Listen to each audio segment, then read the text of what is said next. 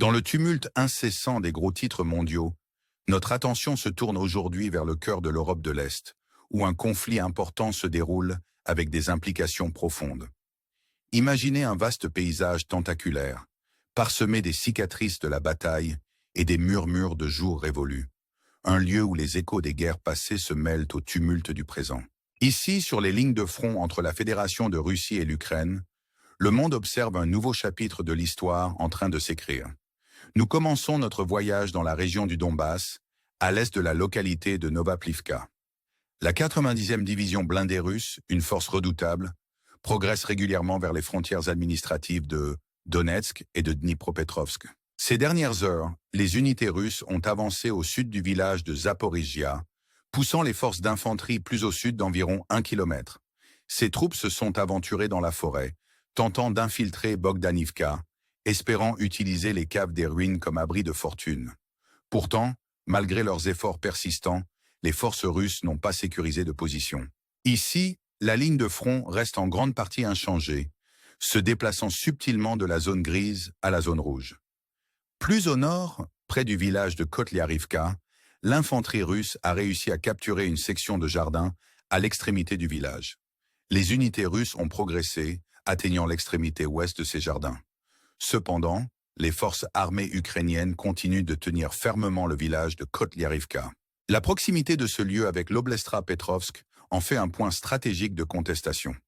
Les marines ukrainiens et la redoutable 72e brigade mécanisée, parmi les unités d'élite de l'Ukraine, ont été engagés dans une résistance acharnée. Malgré les avancées russes de jusqu'à 1 kilomètre vers l'ouest, le village reste sous contrôle ukrainien. L'armée russe se trouve désormais à seulement 5 kilomètres de la frontière de la région de Dnipropetrovsk, illustrant le rythme implacable auquel ce conflit se déroule.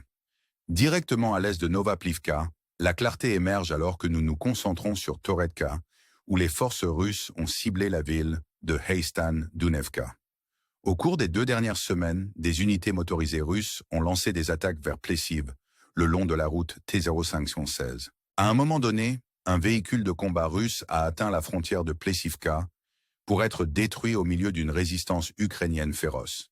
Ce schéma d'avance et de contre-attaque souligne la nature complexe et changeante du champ de bataille. Vers le sud, les signes d'avancement russes deviennent plus prononcés. Des rapports indiquent que les forces russes, au moins pour un bref moment, ont capturé le terrain d'une mine de charbon, utilisant des images de drones ukrainiens comme preuve de leur présence. Ce mouvement met en évidence l'importance stratégique de ces emplacements, car le contrôle de ces sites peut offrir des avantages tactiques significatifs.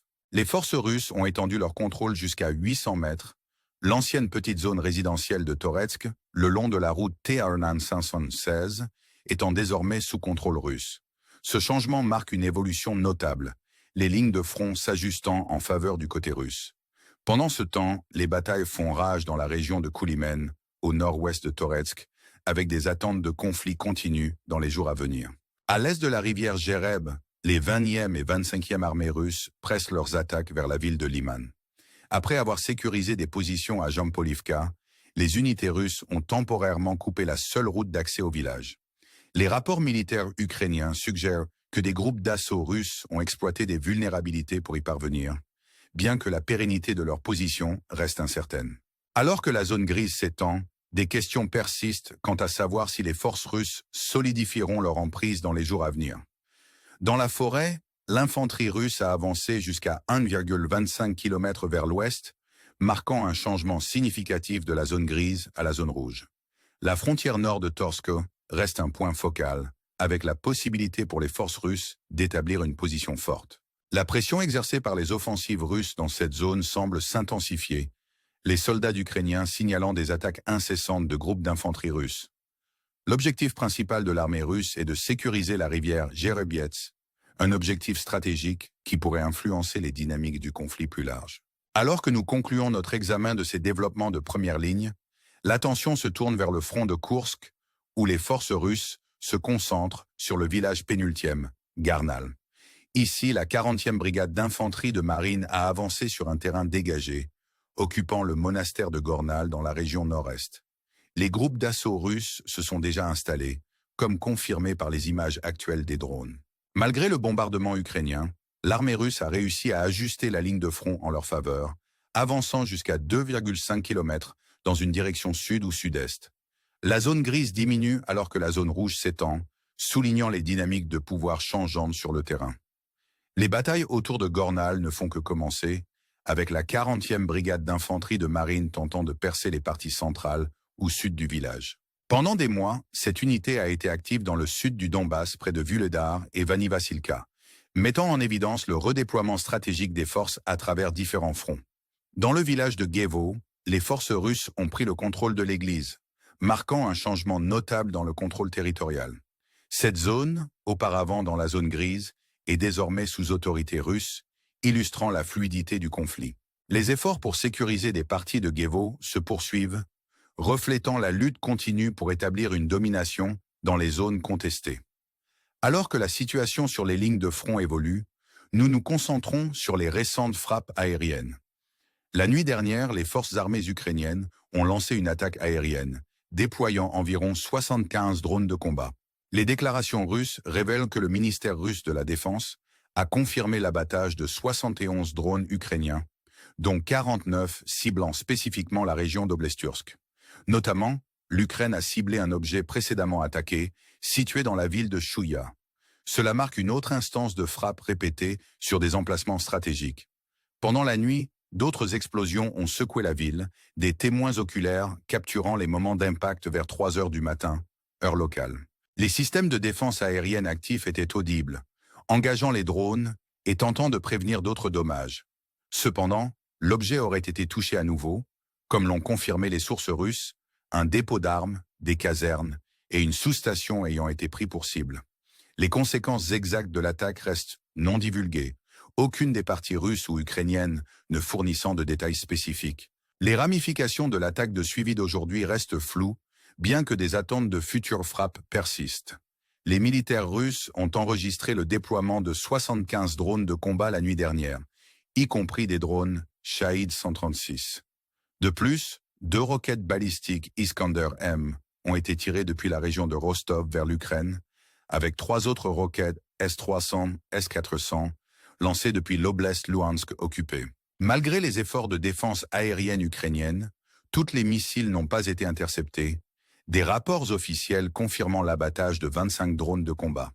Les régions de Kharkiv et de Dnipropetrovsk étaient le centre des attaques d'aujourd'hui, la ville de Dnipro étant particulièrement touchée.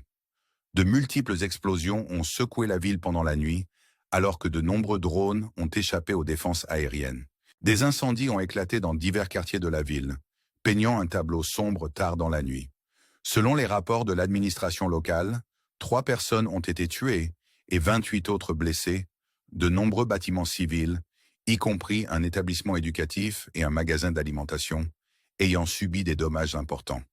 Aucun objet militaire n'a été enregistré comme cible, soulignant la nature indiscriminée de telles attaques. En plus de Dnipro, la ville d'Izium dans l'oblast de Kharkiv a subi des attaques de roquettes et de drones, entraînant plusieurs explosions. Les informations précises restent rares, bien que la ville soit apparemment entourée de missiles et de drones. Il est probable que les roquettes tirées depuis l'oblast de Luhansk soient responsables de certains des dégâts. Ces récentes frappes aériennes coïncident avec l'expiration d'un moratoire d'1 mois sur les attaques contre les infrastructures énergétiques, suite à une conversation entre Poutine et ses conseillers. Le porte-parole du Kremlin, Peskov, a confirmé qu'aucune nouvelle directive de Poutine n'a été émise, signalant effectivement la fin de l'arrêt temporaire des attaques. En conséquence, d'autres frappes sur les infrastructures énergétiques sont anticipées, augmentant les tensions dans la région. Ce rapport vise à fournir un aperçu informatif et complet du conflit en cours, éclairant les dynamiques complexes en jeu. Si vous avez trouvé ce compte-rendu captivant et perspicace, veuillez envisager de donner un pouce levé pour soutenir ce travail. S'abonner à cette chaîne garantit que vous restez informé des derniers développements. Merci de vous être connecté et jusqu'à la prochaine fois, passez une agréable soirée. L'air reste tendu, chargé d'anticipation, alors que le conflit entre la Russie et l'Ukraine continue d'évoluer. Le rythme incessant des manœuvres militaires, des frappes stratégiques et des contestations territoriales se joue sur une scène façonnée par l'histoire, la géographie et les ambitions d'acteurs puissants. En nous plongeant plus profondément dans les événements en cours, nous assistons à la tapisserie complexe de la guerre, où chaque fil représente une bataille menée, une décision prise et un avenir incertain. Au cœur de ce conflit, la région du Donbass se dresse comme un témoignage de la ténacité et de la résilience de ceux pris dans le feu croisé. Ici, la 90e division blindée russe poursuit son avancée méthodique vers les frontières administratives de Donetsk et de Dnipropetrovsk. L'importance stratégique de la région ne peut être surestimée, car le contrôle de ces zones pourrait modifier de manière significative l'équilibre des pouvoirs. Les unités russes, ayant poussé vers le sud depuis Zaporijia, restent imperturbables face aux défis posés par les défenses ukrainiennes redoutables. Leur progression se mesure en kilomètres, chacun étant durement acquis dans un contexte de résistance déterminée. Le village de Kotlyarivka, un point de contention, révèle la nature dynamique de ce conflit. L'infanterie russe, ayant capturé des sections de jardins à l'extrémité du village, fait maintenant face à la détermination inébranlable des forces armées ukrainiennes. La proximité de ce lieu avec l'Oblestra-Petrovsk ajoute une couche supplémentaire de complexité au calcul stratégique. Les marines ukrainiens, aux côtés de la distinguée 72e brigade mécanisée, se dressent comme des sentinelles, tenant la ligne face aux avancées russes. Malgré les progrès significatifs réalisés par les forces russes, le village reste un bastion de défense ukrainienne. Alors que nous détournons notre regard vers l'est de Novaplivka, la ville de Toretka émerge comme un autre carrefour critique. Les forces russes, ciblant Haïstan-Dunevka, s'engagent dans une série d'assauts calculés. La route T-0516 sert de ligne de vie, reliant des points d'intérêt critiques et facilitant le mouvement des troupes et des équipements. La destruction d'un véhicule de combat russe à la frontière de Plessivka souligne la résistance féroce montée par les forces ukrainiennes. Cette rencontre illustre les enjeux élevés et la nature implacable du conflit, où chaque engagement a le potentiel de modifier le paysage stratégique. La mine de charbon près de Toretsk, un lieu apparemment anodin, se transforme en un atout stratégique alors que les forces russes cherchent à étendre leur contrôle. La capture de ce site, même temporairement, démontre l'importance des zones riches en ressources dans le conflit plus large. Les images de drones ukrainiens fournissent une preuve irréfutable de la présence russe, mettant en évidence l'interaction complexe entre technologie et guerre. Alors que les forces russes étendent leur portée jusqu'à 800 mètres, les lignes de front changeantes reflètent une tendance plus large de gains et de pertes territoriaux. Au nord-ouest de Toretsk, les batailles pour la région de Koulimen continuent de se dérouler. L'essor et le déclin du conflit dans cette région servent de microcosme à la lutte plus grande, où chaque escarmouche contribue à la narration évolutive de la guerre. Les prochains jours promettent de nouveaux développements, alors que les deux camps rivalisent pour le contrôle des lieux stratégiques. La pression incessante exercée par les forces russes sur la rivière Jerebiets souligne leurs objectifs stratégiques plus larges, tandis que les soldats ukrainiens restent vigilants, s'adaptant aux dynamiques en constante évolution du champ de bataille. En tournant notre attention vers le front de Koursk, nous assistons au drame qui se déroule dans le village de Garnal. Ici, la 40e brigade d'infanterie de marine, une unité hautement entraînée et motivée, avance sur un terrain difficile. L'occupation du monastère de Gornal marque une étape importante, alors que les groupes d'assaut russes établissent une tête de pont dans la région. Malgré les bombardements ukrainiens, l'armée russe ajuste avec succès la ligne de front, avançant jusqu'à 2,5 km dans une direction sud ou sud-est. Ces gains, bien que modestes, signifient un changement dans l'équilibre des pouvoirs, alors que la zone grise diminue et que la zone rouge s'étend. Les batailles autour de Gornal, encore à leur début, promettent de façonner la trajectoire future du conflit. La 40e brigade d'infanterie de marine, précédemment active dans le sud du Donbass, démontre le redéploiement stratégique des forces vers des zones d'importance critique. Dans le village de Gevo, les forces russes ont saisi le contrôle de l'église. Une victoire symboliquement significative qui souligne la fluidité du contrôle territorial. Les efforts pour sécuriser des parties de Gevo se poursuivent, reflétant la lutte continue pour établir la domination dans les zones contestées. En passant aux récentes frappes aériennes, nous observons l'interaction entre les assauts aériens et les opérations au sol. Les forces armées ukrainiennes, déployant environ 75 drones de combat, ciblent des lieux stratégiques avec précision. Les déclarations russes révèlent l'abattage de 71 drones ukrainiens, dont 49 ciblant spécifiquement la région d'Oblestursk. Ces frappes servent de rappel de la sophistication technologique et de la perspicacité stratégique qui caractérise la guerre moderne. Dans la ville de Chouïa, les attaques répétées sur des objets stratégiques soulignent la persistance des forces ukrainiennes. Malgré l'engagement des systèmes de défense aérienne, l'objet aurait été touché à nouveau, un dépôt d'armes, des casernes et une sous-station étant pris pour cible. Les conséquences exactes de l'attaque restent non divulguées, contribuant à une atmosphère d'incertitude et d'anticipation. La réponse militaire russe, déployant des drones Shahid 136 et des roquettes Iskander-M, met en évidence la nature continue de la réciprocité du conflit. Malgré les efforts de défense aérienne ukrainienne, toutes les missiles ne sont pas interceptés, avec des rapports officiels confirmant l'abattage de 25 drones de combat. Les régions de Kharkiv et de Dnipropetrovsk supportent le poids des attaques d'aujourd'hui, la ville de Dnipro subissant de multiples explosions pendant la nuit. Des incendies éclatent dans diverses parties de la ville, peignant un tableau sombre tard dans la nuit. Selon les rapports de l'administration locale, 3 personnes sont tuées et 28 autres blessées, de nombreux bâtiments civils subissant d'importants dommages. Ce ciblage indiscriminé souligne les implications humanitaires plus larges du conflit, alors que les populations civiles supportent le poids des opérations militaires.